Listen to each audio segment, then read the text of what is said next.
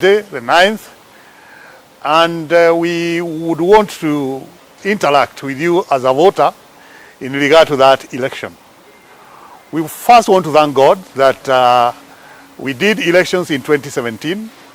It's now 5 years.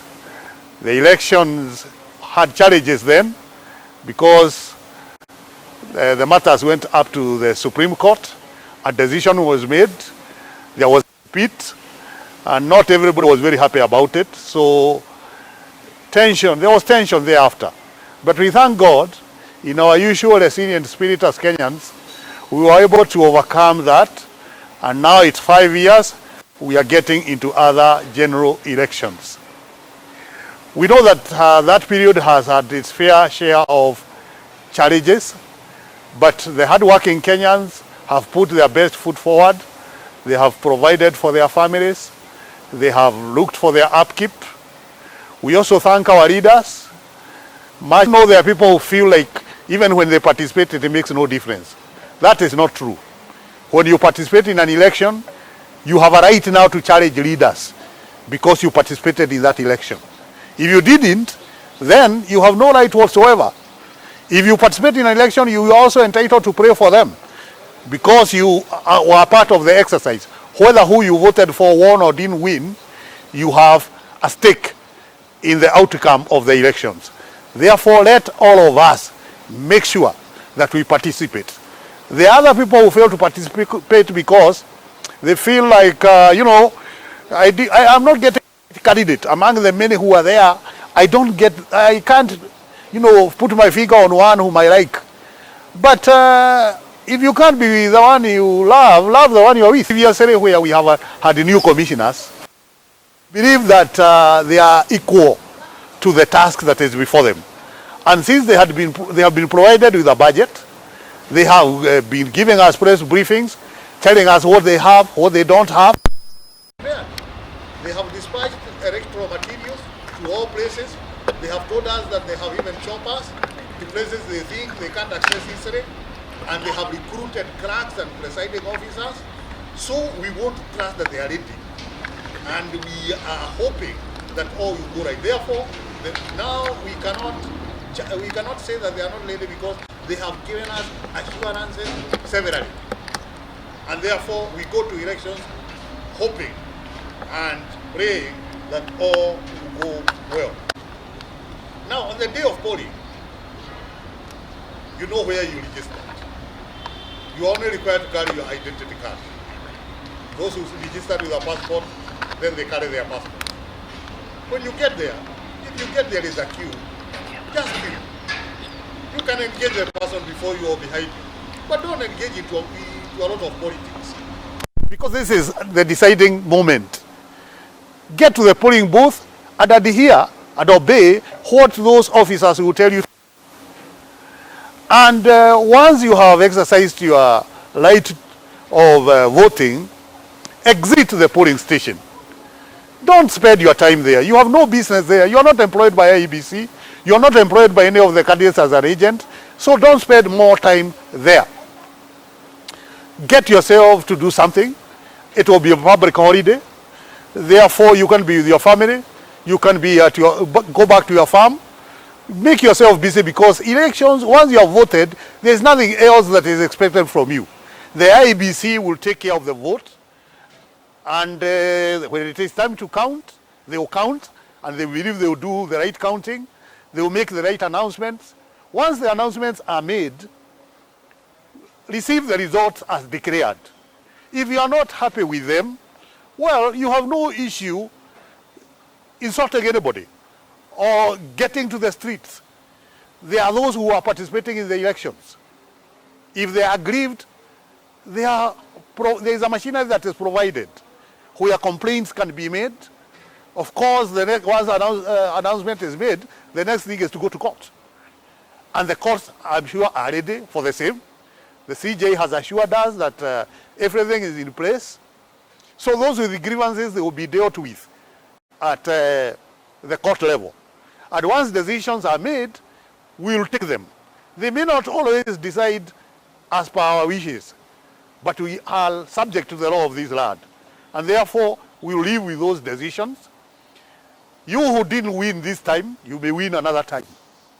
And you who won this time, you may lose another time. So there is no cause of feeling very boastful. There is no cause of feeling very defeated. As long as the elections are done and the court process is followed, we should live with the consequences, because that is what democracy entails. For our candidates, we ask you again to preach peace. You have one more rally, maybe on Saturday or tomorrow, as your final rally. Don't talk about peace. You have already told us what you want to do. We have heard you. And by now, we have made decisions. There could be a few people who will change their minds overnight before the D-Day, but many of us have made up their minds. Therefore, now talk about peace. If there are any issues that are being mentioned, let the relevant people address them. Let them not ignore them. We have candidates who are saying that there are some irregularities that are happening. Let them be addressed, and addressed faithfully and with truth. But that should not stop anything from happening. There are very many players who will be involved in this election. We know the media will be involved. And we would want the media not to bring up matters that are not of any use to the elections. You know, when you see some people having differences, don't amplify it so much, because it may send the wrong signals to people.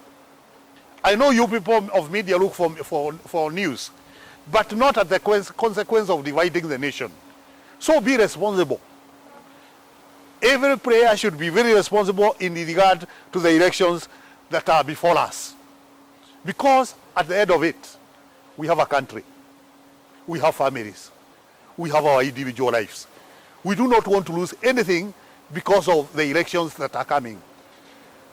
Only the time spent at the polling booth should be our time there. The rest of the time, leave it to those who are employed. Leave that time to IEBC and anybody else who is involved in the elections. We know we also have the law enforcers. We have seen a lot of activity showing that they are ready to give us security. We hope they will not provoke us, and we shall not provoke them. And they are there for our good. So when you pass by where they are, just tell them hello. Because you don't mean anything bad, they don't mean anything bad.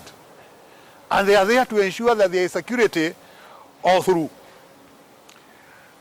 Again, when it comes to the announcement of elections, those who win, I would want to speak to you on behalf of our church, that you should celebrate gracefully, aware that there are heavy tasks ahead of you, because the country requires leadership. This is not a matter to organize grand homecoming parties. You can only celebrate what you have achieved. Now that you have been elected, it doesn't mean that it's a great feat if you have not delivered through the office that we shall have given you. Therefore, once you have won the elections, sit down and pray. And then start asking yourself, how do we fulfill the pledges that we made to our people? Because you who will win, remember you made pledges. We shall be very hard on you on the pledges that you have made to Kenyans. If you promised us that you will get some money, remember the end of the month is coming. We shall be looking for that money. If you promised us that you will take care of our small business, we shall be coming to you, following the right process to make you give us the money that you promised us. So it's not a walk in the park. There are tasks that will be there for you to execute. For those who will be leaving office, we want to thank you for the period you have served, particularly the president and the governors who are exiting because their term has come to an end. We know that you have your interest. There are those who would wish elected. If they are, you still should be gladly hand over to those who come into office. Make sure the handing over, the taking over is smooth, so that no one would say, you know, I didn't get this, yet it was there. Hand over and take over in the right way, in an atmosphere of peace, in an atmosphere of valuing the country more than anything else.